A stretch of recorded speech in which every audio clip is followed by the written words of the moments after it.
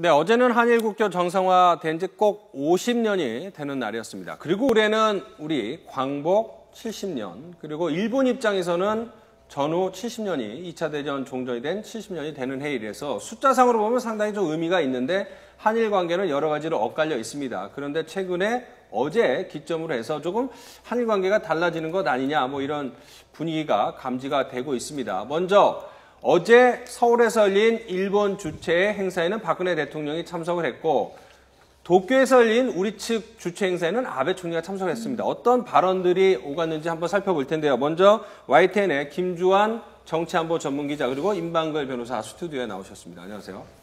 자, 먼저 어제 박근혜 대통령이 한 발언 어떤 의미가 있는지 한번 살펴보도록 하겠습니다. 그래픽과 함께 김주환 기자의 설명 들어보시죠. 일단 박근혜 대통령이 어제 축사에서 지금 보시다시피 올해는 두 나라가 미래를 향해 나갈 수 있는 역사적 기회다.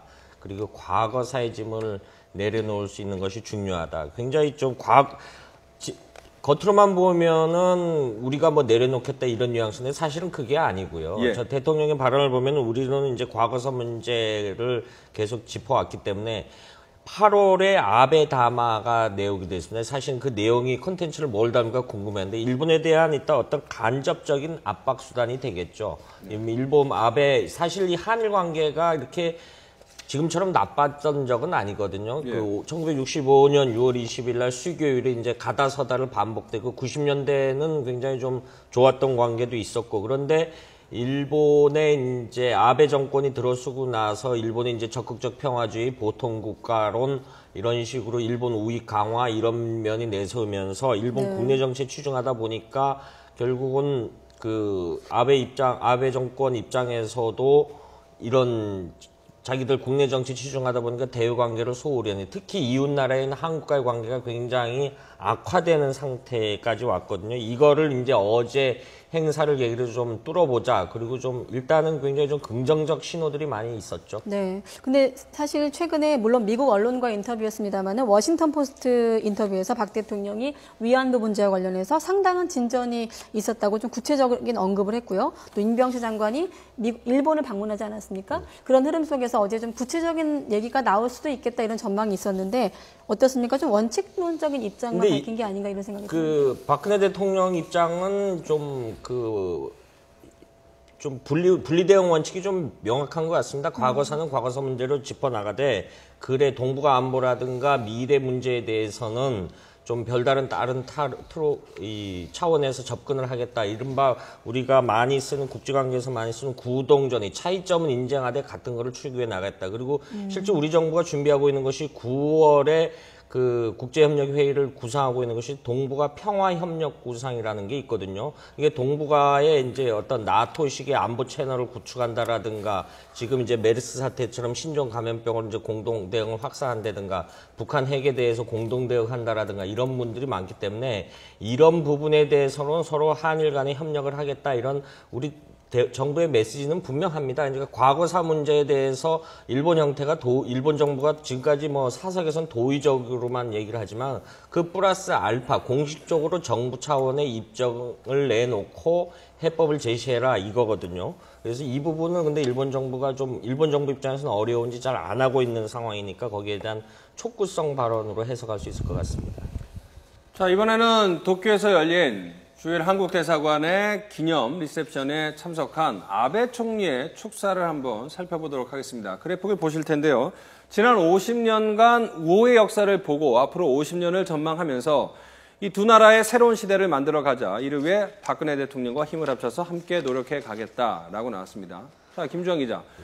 아베 총리나 박근혜 대통령이나 이 행사에 교차 참석한 그 자체만을 의미를 둬야 되는지, 아니면 예전에 한일 과거사 문제와 관련된 양국 지도부의 발언과 비교했을 때 눈에 띄는 점이 있는지, 그렇죠. 일단은 일견 좀 행사 참석 같은지만은 방점은 좀 달랐다 이렇게 평가할 수 있을 것 같습니다. 네.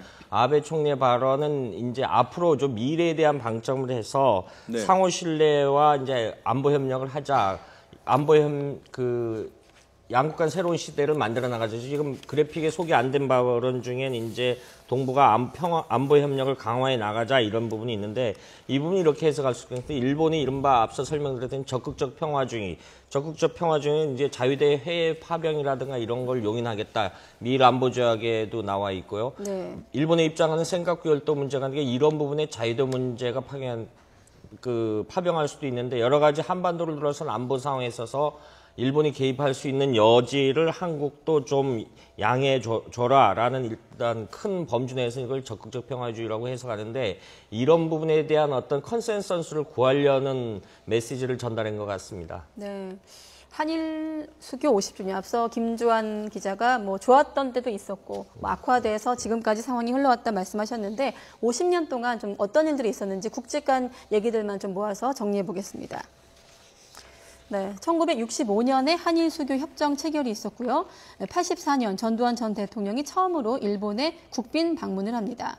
그리고 이제 중요하죠. 1993년 고노다마에서 위안부의 강제성을 처음으로 인정을 했고 96년에 하시모토 전 총리는 독도가 일본 땅이다 이런 발언을 했습니다. 망언이었죠. 자, 그리고 김영삼 전 대통령은 그때 버르장머리를 고쳐놓겠다 이런 발언을 해서 또 주목을 받기도 했습니다. 2005년에 고이즈미 전 총리가 야스쿠니 신사를 참배해서 한일 관계가 좀 나빠지는 시기가 되기도 했었죠. 그리고 2008년에 일본 방위백서에 독도 일본 영토 표시가 이루어지기도 했습니다. 뭐 교과서 문제도 있었고 여러 가지 이제 한일 간 갈등들이 있었는데 지금 상황에서 우리 한일 관계를 가로막는 가장 큰 장애물이라고 해야 될까요? 걸림돌 어떤 지금 거가 일단은 있을까요? 위안부 문제가 가장 크죠. 이 위안부 문제로 통칭되는 과거사 해법.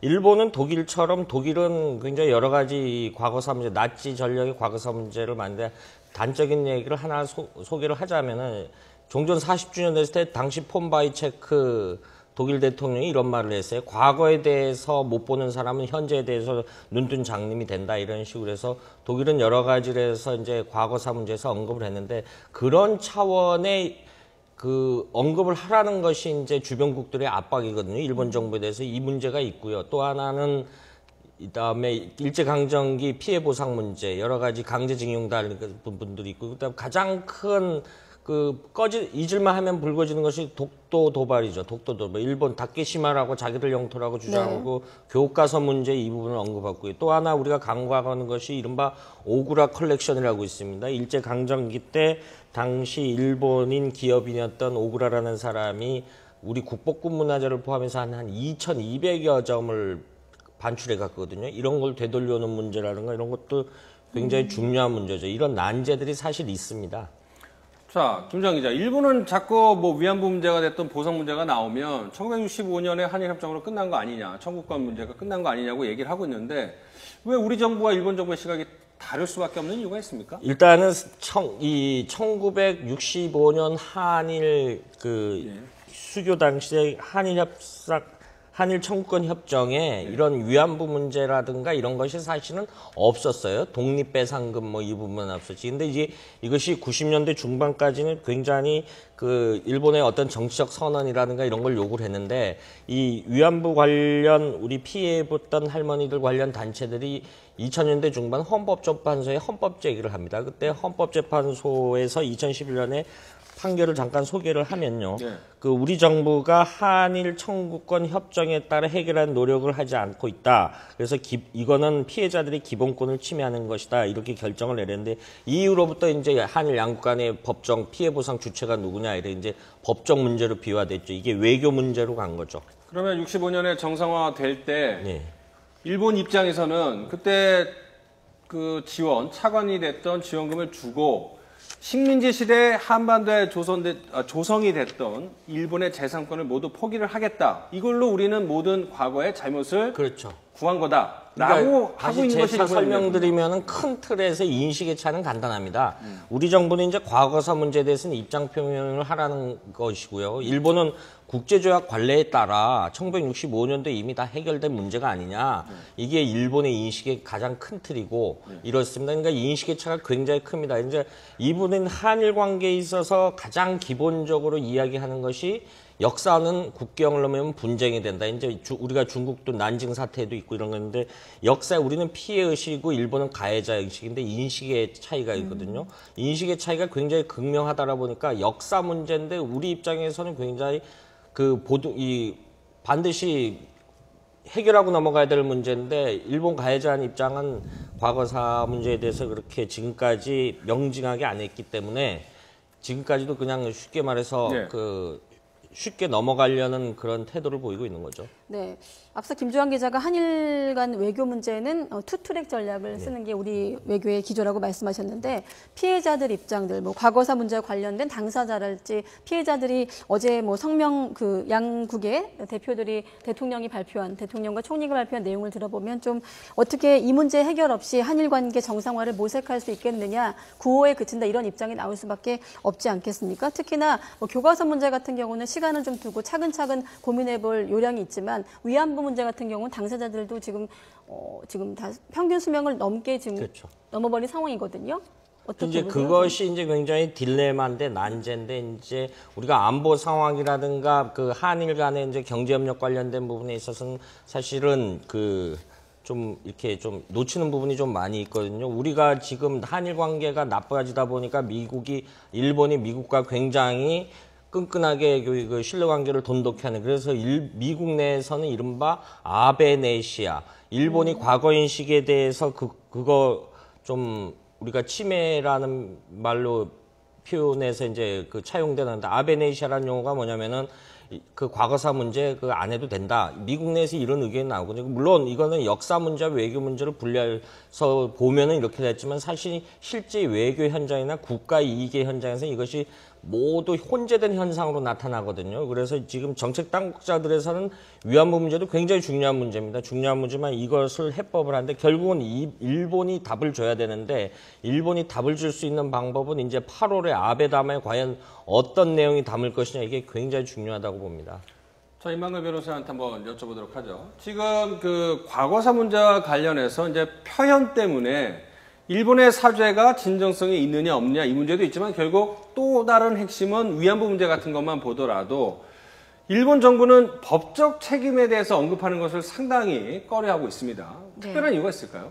일본이 법적 책임을 인정을 한다고 한다면은 그 뒤에 들어올 이제 자신에 대한 어떤 잇따른 소속이나 이런 데에서 어떤 책임을 짓는 것뿐만 아니라 어떤 그런 외부적으로 국제적으로도 자신의 잘못을 인정하는 모양새가 되기 때문에 이런저런 다른 말들로 이제 피해가는 모양새를 취하고 있는데요. 안타까운 거는 항상 언론에서도 보도가 되지만 이제 위안부 할머님들, 위안부에 대한 피해를 증언해준 할머님들이 이제 점점 이제 나이가 드시면서 점점 그 숫자가 줄어들고 있다라는 점에서 굉장히 안타까운데요. 이런 점에서 각계의 어떤 사회 단체나 이런 데서 일본 정부에 대한 어떤 책임 있는 발언을 계속 요구하고 있지만은 일본에서 계속 이번 아베 총리도 계속 이 위안부 문제만은 꼭 피하고 있거든요. 이런 점에 대해서는 뭐 굉장히 우리 정부로서는 이제 어떻게 좀 적극적인 목소리를 내줬으면 하는 바람이죠. 한 가지만 짧게 여쭤보면 그래서 미국에 가서 소송을 한다고 하지 않습니까? 네. 미국에서 일본이 다른 나라 이미지를 좀 많이 신경 쓰는 인식하는 입장이다 보니까 그런 소송들이 좀 실효성이 있을 것으로 보세요. 그런 점 저도 이제 좀 개인적으로 좀 관심 있게 보는 부분인데요. 미국에서 아무래도 일본 같은 경우에는 앞서 말씀을 해주셨지만은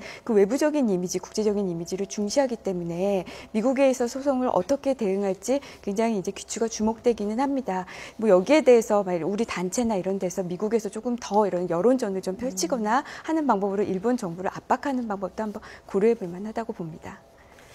사실은 뭐 이렇게 하나씩 짚어보면 워낙 복잡하고 꼬여있는 것들이 많아서 어디서부터 풀어야 할지 아니면 세세하게 풀지 않고 큰 틀에서 풀고 넘어가야 되는 문제인지 이렇게 여러 가지 다단한 문제이기 때문에 우리 정부로서도 난처하고 일본 정부가 계속 버티게 들어가는 것 아니냐 이런 생각도 드는 현실입니다.